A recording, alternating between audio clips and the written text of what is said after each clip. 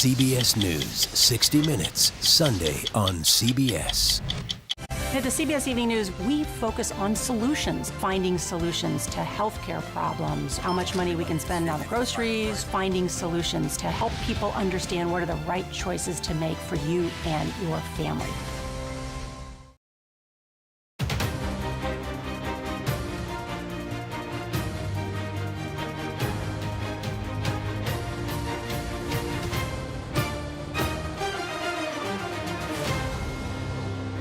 Former President Donald Trump is clarifying comments he made in Ohio Saturday, warning of a bloodbath.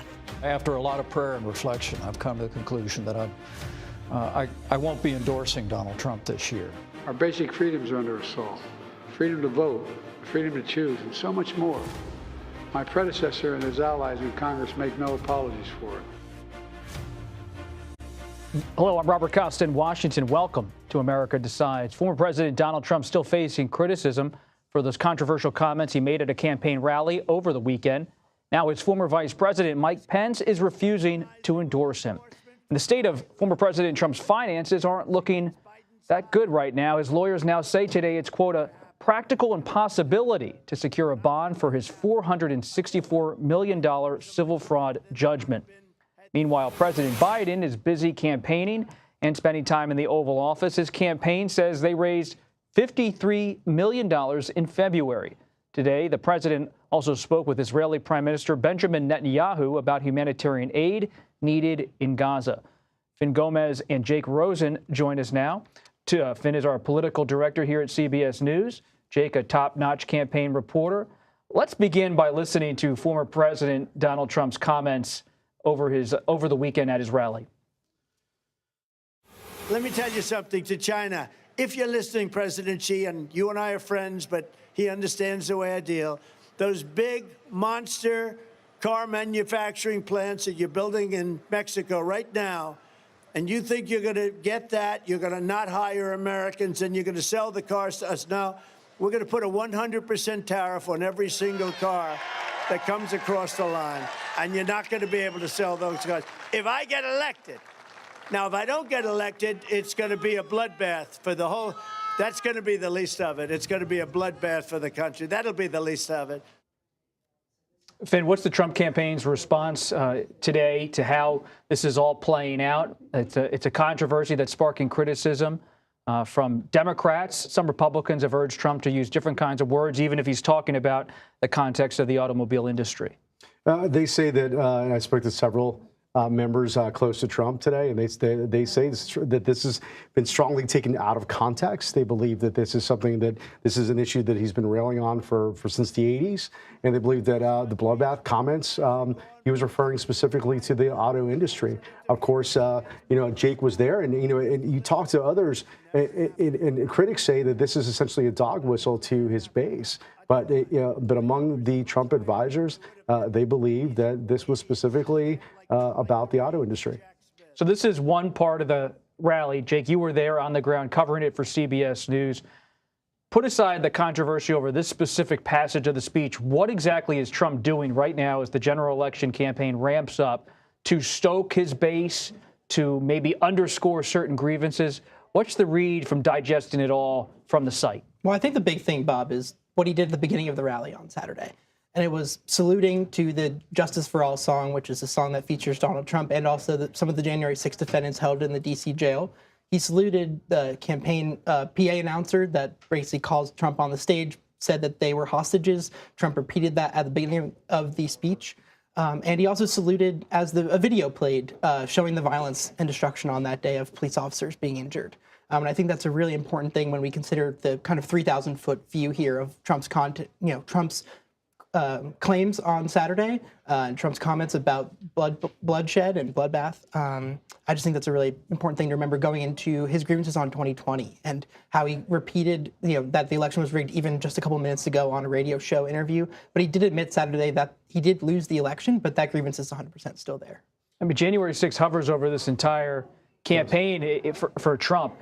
He is talking about those facing prosecution for the insurrection as hostages, as Jake said. Right. And this position, this framing of everything on January 6th by Trump has led his own vice president, his former VP, Mike Pence, to go on Face the Nation and say he can't endorse Trump this time around. Let's listen to what Pence had to say.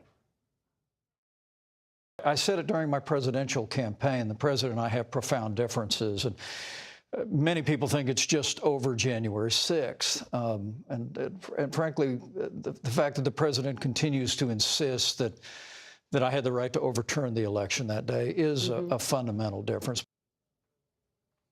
So this is a campaign where many Republicans would prefer Trump to be talking about the border, talking about the economy, but he's not moving away, it seems, Finn, from January 6th and his own false claims of winning the 2020 election. There has been some frustration, Bob, with some members of the Trump team that he is continuing to talk about this, and especially the way that Jake just described. They want him to focus on more, general election issues. They want him to focus, yes, on immigration, yes, on the economy, like he did in Ohio. But they, and by steering in this direction, he's essentially talking to the choir, right? He's already speaking to the base that already agrees with him on this front, and that he needs to expand his perspective now as we are firmly in the general election. Speaking of the word choir, help us understand, as someone who covers the Trump campaign day in, day out, Jake, there's a choir of January 6 people who were involved with the attack on the Capitol in some way who sing. What's actually the backstory for this entire scene at a Trump rally? So the background is that the January 6 defendants who are being held at the D.C. jail, some of them have been adjudicated, their cases in the court of law, some of them have not, and they're still there. Most of the people who are there, by my understanding, is people who were there for violent actions. These were not just people who strolled into the Capitol that day and were brought in by the crowd, basically. They have been singing. There were protests almost every night, as our colleague Scott McFarlane has reported on every night, with whether it's Ashley Babbitt's mother or other big players in that day going to the jail to basically show their support. And every day at a certain hour, they would do the Pledge of Allegiance, the national anthem, things like that. And basically, this is a recording that they had of them. And the Trump campaign allowed Trump to clearly participate in this. They encourage it. They play it at rallies, almost every rally now. But it's a mesh of Trump saying the Pledge of Allegiance and these defendants singing the Star Spangled Banner as kind of a rallying cry for not just January 6th in itself, but just the last 3 years of saying that these, quote, unbelievable patriots, as Trump said Saturday, are being wrongfully, detained as hostages. Stunning scene. What about Pence, though, Finn? What's the political impact, if any, of having your former vice president sit out in terms of endorsing your campaign? I think it's historic. I mean, you have to go back to 1912 when you really have any sort of historical reference to something similar, where Teddy Roosevelt ran against his former vice president. But you're looking at a point now. Where does that Pence voter go? The traditional Republican. Traditional Republican, establishment conservative, if you will. Sort of similar to, if you can even make an argument, similar to that Haley voter, right, that we've been talking about so much earlier in the cycle. But do they hold their nose and vote for Donald Trump, even if they disagree with him on certain issues? I mean, he was talking about that Donald Trump had walked away from certain conservative principles, including that pro-life stance, including a limited fiscal, responsible government, and even his position on TikTok. But frankly, I mean, there really isn't another option, one would think. And speaking to some members of that establishment class, if you will, who say, what they likely would not vote for Biden, even though the Biden campaign does firmly believe that they can make a serious play for that voter. In terms of the VP selection this time around, it's clearly not going to be Pence again. Who's the Trump campaign looking at? Who are Trump allies talking about? Well, I'll point to Saturday as probably the best example of that. We saw South Dakota Governor Kristi Noem flew to Ohio to go give a stump speech for Bernie Moreno, the Trump-backed Senate candidate there. Jim Jordan was also there, and so was J.D. Vance. And I think we've seen this in real time, whether it was in New Hampshire with Senator Tim Scott from South Carolina going up there to basically support him continuously. Vivek Ramaswamy was also in New Hampshire right ahead of that primary. But I think we've seen, I would maybe call them auditions, but I think they've been given time on stage with Trump and before Trump arrives to the venue to basically show the crowd what they have to rally their candidates or in support of a candidate. And I think that's just something to watch going forward, is how these allies are rolled out continuously. Quickly. What a race, though. That Ohio Senate primary race. I'm really interested in this one. Who wins? Matt Dolan, Bernie Moreno? If Matt Dolan wins, what does that say about Donald Trump's sway? He's endorsed by former Senator Rob Portman, among others of that ilk. And the governor of the state, Mike DeWine. right? So, I mean, that is really, it goes back to like the 2022 midterm cycle where there's that candidate equality issue that we talk so much about. If he loses that race and Matt Dolan wins, what does that say about Donald Trump and that key state that has become red in recent cycles? I really think there's a lot of interest in that outcome, and I'm one who's going to be watching intently tomorrow night. Jake Rosen, Vin Gomez, we really appreciate you stopping by. Thank you. Thanks, Bob. Next, the latest from Capitol Hill, where lawmakers once again are racing against the clock to avoid a partial government shutdown. You're streaming America Decides.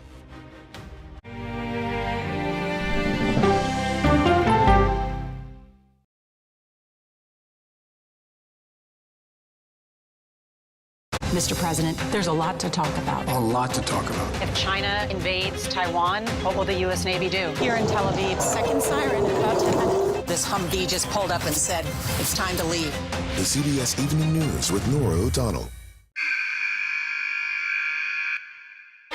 I had progressively fallen deeper into the world of online sports betting. The risk is the rush. What do you think is driving the spike in popularity? I think it's legality.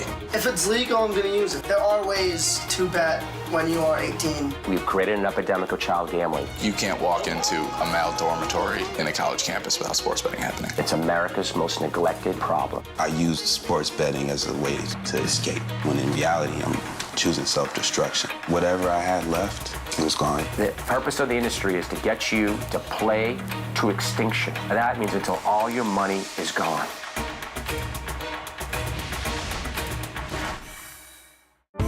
Stories start with the who, what, when, and where. But it's why it's important to you that matters most. Knowing what to ask is how you open the door to a deeper understanding. See you on Prime Time, streaming free everywhere. An original documentary from CBS Reports. That desired farm, it's a wonderful place to raise children, and it still is. Promises broken. Black Americans have been the target of racism and discrimination pretty much from the time they acquired ownership in the land.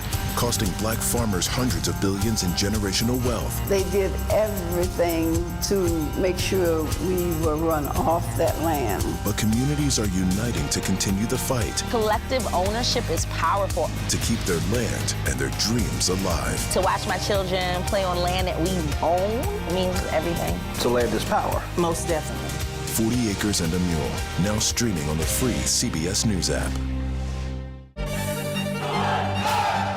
An original documentary from CBS Reports. Tensions rising between a powerful country and a vital island. The supply of this technology came grinding to a halt. The world would grind to a halt. Absolutely. As Taiwan faces threats and aggression. Taiwan is on the front line, and we understand our responsibility as a democracy. We cannot fall. CBS News examines whether they can defend themselves. Putin, Ukraine, China, Taiwan, they are manifestations of the battle between autocracy and democracy. And that is a fight that we're all engaged in. Defending Taiwan, now streaming on the free CBS News app. When weather turns extreme. Record-breaking storm surge and devastating wind. Every second counts. The mud punched a hole right through the wall. See, hear, feel the forecast. Tonight on the CBS Evening News with Nora O'Donnell. Welcome back to America Decides. Congress has until the end of this week to reach a deal to avoid a partial government shutdown. Now, if lawmakers fail to do so, funding for several departments, including Homeland Security and the IRS, will run out. I'm sure some Americans won't mind that. Of course, Scott McFarland joins us now, our congressional correspondent. Scott, you're tracking everything. Where exactly do the negotiations and the discussions stand? They have saved the thorniest, trickiest issue for last, like a procrastinating college student. This Homeland Security funding has always been the trickiest for the U.S. House to navigate, and that's what they've got to get done to avert a partial shutdown by Friday midnight. It's because it involves funding border security, border agents, all the things that are so synthesized in the 2024 campaign, and all of which are such wedge issues right now between the two parties. You see there all the agencies that can be funded by the end of the week, and it must be funded to avoid this shutdown. Big ones like the Pentagon, like justice programs. But Bob, the reporting we have today is that it's Homeland Security funding that right now has held up progress, and they're running out of time to make progress. Scott, walk us through the calendar. Yeah, it's not a pretty sight. You sure you want to go down that path? They have until Friday to figure out how to fund these agencies, but there are other deadlines between now and then. Typically, you have to give the U.S. House 3 full days, 72 hours to review text once it's on paper. And right now, it's not yet on paper, and we're getting close to 72 hours away. What's more, the Senate can do what it does, throw up procedural hurdles or procedural issues that can stretch the calendar further. All of this still must be done by midnight on Friday. I'll note one thing. There's a shred of optimism among those who don't want to see a standoff. Next week is Congress's spring break, and they tend not to want to mess with their own district work periods. Which members are you watching on those talks? Who really has power? Who has say over the final deal? So much of this is centralized with leadership because the U.S. House is working around its normal procedures. The narrow margins in the House mean they need a tidal wave of Democratic votes to get anything done, which is a novel concept to this Congress. So all of this is centralized. Typically, this would go through committees like the Rules Committee. The appropriators would have a lot of say. The Rules Committee, to a degree, is irrelevant right now because they're not following typical rules. This comes down to the Speaker of the House in either one of two, the Senate Democratic leader or the White House. Who is he talking to at any moment of time will dictate how fast this gets done. Is Speaker Johnson getting any pressure to have a shutdown? There's a voice from the House Freedom Caucus, which has been consistent from the jump on this. And when I say the jump, I mean September 30th, when all these standoffs began. And in the letter they issued as the evening began tonight in Washington, they asked their members to toe a hard line against these spending bills unless there are policy changes to border security, something they've been championing from the start of the impasses. They're doing so again. They're the dissenting voices who I think may say, better there be a shutdown than for us to come up short on changes at the border. And CBS News has obtained surveillance video showing what appears to be people erecting gallows and a noose, which was seen during the January 6th attack on the Capitol. What exactly do we know about what is a new development here, what's worth paying attention to? It's one of the few stubborn mysteries that remains from January 6th. Who erected those gallows, that horrific sight from the west front of the Capitol? This video here, exclusive to CBS News, shows the movement of the pieces of the gallows from the 6 a.m. hour, Bob. 6 a.m. January 6th. There they are going across Union Square. And what the House subcommittee investigating January 6th tells CBS News is that this construction began shortly before 7 a.m., hours before the White House ellipse speech, hours before Mike Pence was called upon to overturn the results of a lawfully held election. And the question is now, who are these people and how has it been 3 years since they've been found? A fuller version of that footage available on CBSNews.com as members still try to answer that very intransigent question. You've been speaking to lawmakers about a lot of these issues. The chairman of the House subcommittee, Barry Loudermilk of Georgia, says this is a pressing issue for his panel. Take a listen more of what he had to say. This is before the massive crowds got to the Capitol. There were plenty of Capitol Police there. We've reviewed the radio traffic of Capitol Police that day, and there's no mention of it. Even though the crossbar of the gallows wasn't erected until about 1 o'clock in the afternoon, the base platform was there. And that in itself is against Capitol Police policy. Is this the end of the discussion? Let me add one more note, Bob. We've reviewed 1,300 January 6 criminal cases. 1,300. Not a one references anybody alleged to have taken part in that gallows, at least not yet. Scott McFarland, thanks for being here. We really appreciate your reporting on all of these issues, as ever. Meanwhile, the Supreme Court has now indefinitely extended a stay on a controversial immigration enforcement law in Texas. The law allows state officials to arrest migrants accused of crossing into the United States illegally. The Biden administration is challenging the measure. A federal appeals court is set to hear arguments about the case next month. And the role of the First Lady, it has changed significantly since, well, Martha Washington. We'll explain how. You're streaming America Decides.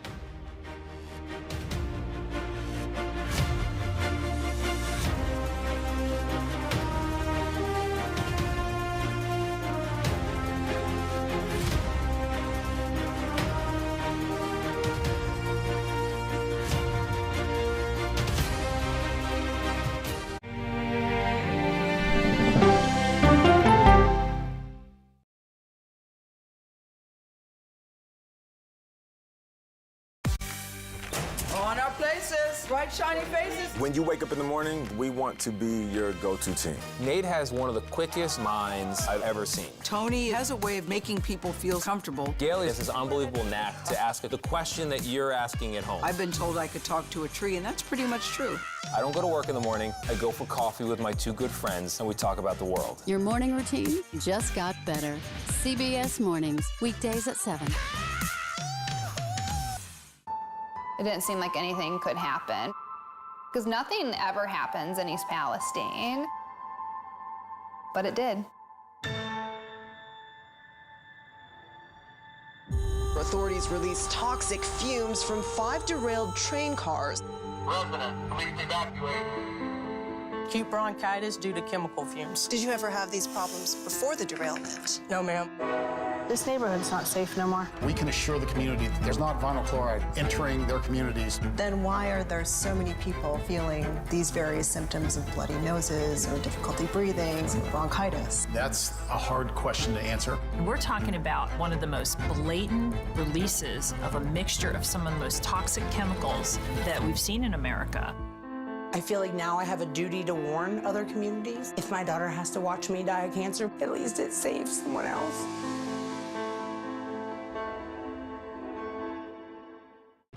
This case. It's like a screenplay, something straight out of Hollywood. But it's not fiction. It's 48 hours. Human remains found this week. 4 families shattered. There's no physical evidence. The mystery would haunt investigators for years. There's some questions that have to be asked and need to be answered. Like a John Grisham novel. A gripping true crime original. 48 hours. Now streaming on the free CBS News app. This is CBS.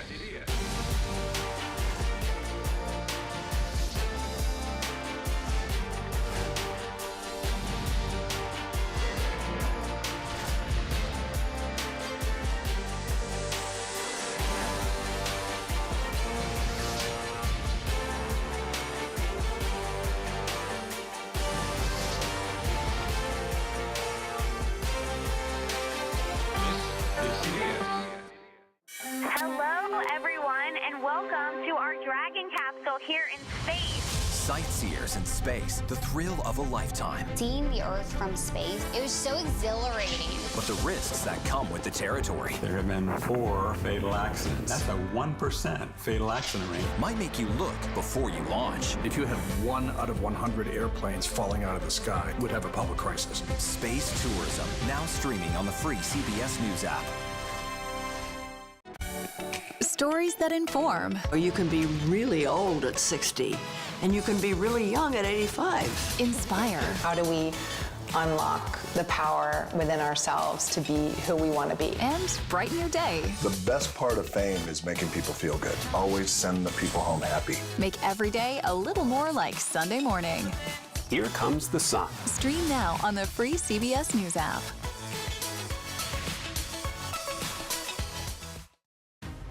People need a healthcare system that controls costs and provides security to families. And I know the American people share the urgency that I feel, the sense that we must act now. Welcome back to America Decides. That was then First Lady Hillary Clinton back in 1993 talking about her signature issue at the time, health care. The role of First Lady has changed a lot since then, especially in the last 30 years.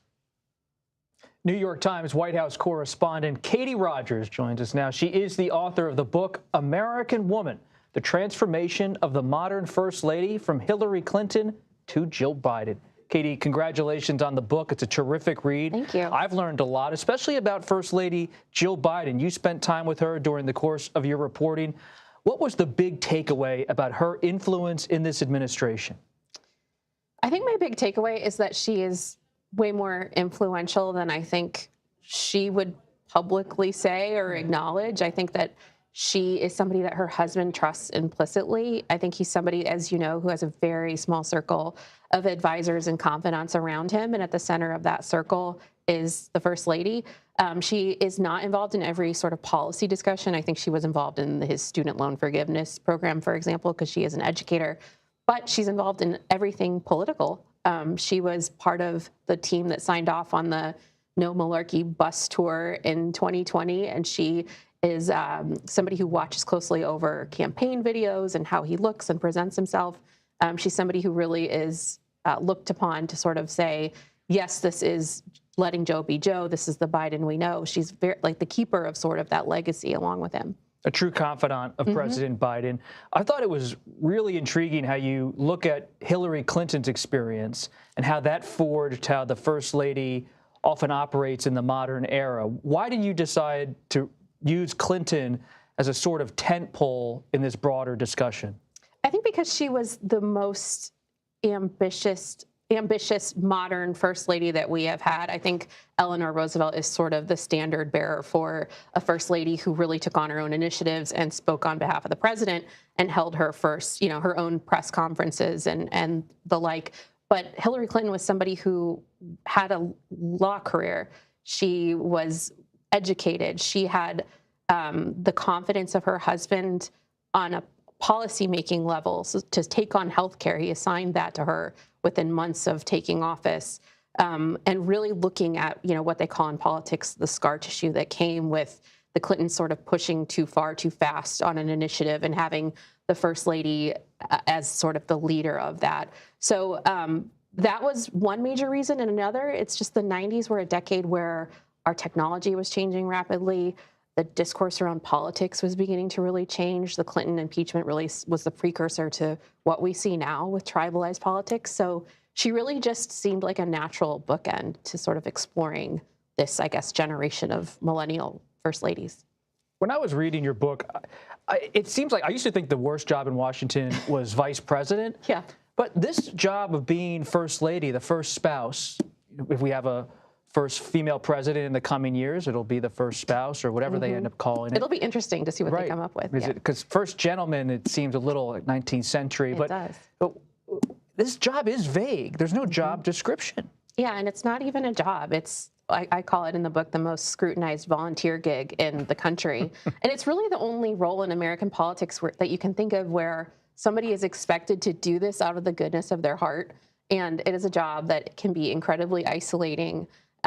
Half the country doesn't like you no matter what you do. Actually, I think Jill Biden's polling is 30 like her, 30 don't like her, and 30 don't know who she is. So you're up against a divided American public. So really, it's a volunteer role. It's completely optional, and that was something that Melania Trump really illuminated, I think, for the country too, with the way she took on the role and its expectations. And it's an important role. I mean, you think about former vice presidents; they lose Secret Service protection. First ladies keep it forever. Yeah, and in my conversations with Jill Biden, she had talked to me about what you actually lose with that living in the bubble, as it were. She asked, how would you feel if you could never drive a car again? When she wants to open the window at the White House, the Secret Service has to clear the park below. So it's a really privileged life. Don't get me wrong, but it's also one that is very isolated from the life you or I would lead. And some of the most interesting parts of researching and reporting this book, it was looking at those moments where First Ladies would try to break out of that and keep something for themselves. And Jill Biden's career is that for her. Now, we have an unusual circumstance potentially with a former First Lady, Melania Trump, maybe coming back to the role of First Lady. What's your assessment of her and how she sees the role, especially should she come back? So I think she's an interesting figure in the sense that she enjoyed the title of being First Lady and the pomp that came with that, the ceremonial trappings of the role, much like her husband liked all of that with the presidency. But I think that she is somebody who did not like the scrutiny that came with living in the White House. My reporting suggests that she would be, supportive of being, him running and being First Lady again. She would do it. But I also don't have reporting that suggests that she would move to Washington full time. She delayed her move the first time by several months to get her son settled. She likes her life in Florida. So I think she's somebody that only she really knows that decision and what it's going to look like till she has to make it. And final thing, what should we really be paying attention to with First Lady Jill Biden in the coming months before the election? What are you watching?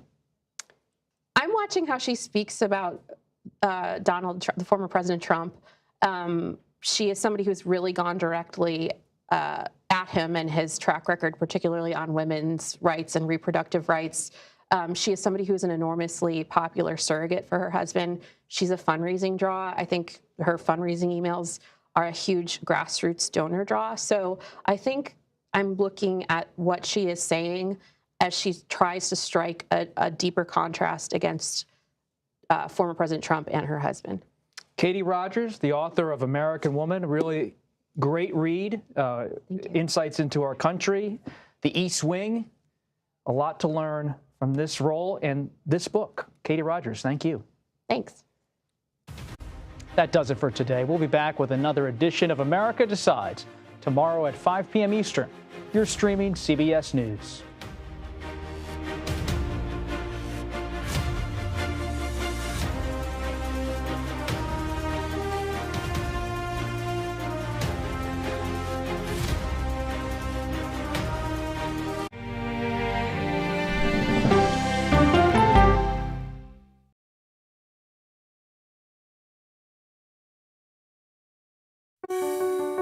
Washington is the seat of power. National security, foreign policy, global economics, every story comes through Washington in some way. We bring some of the most powerful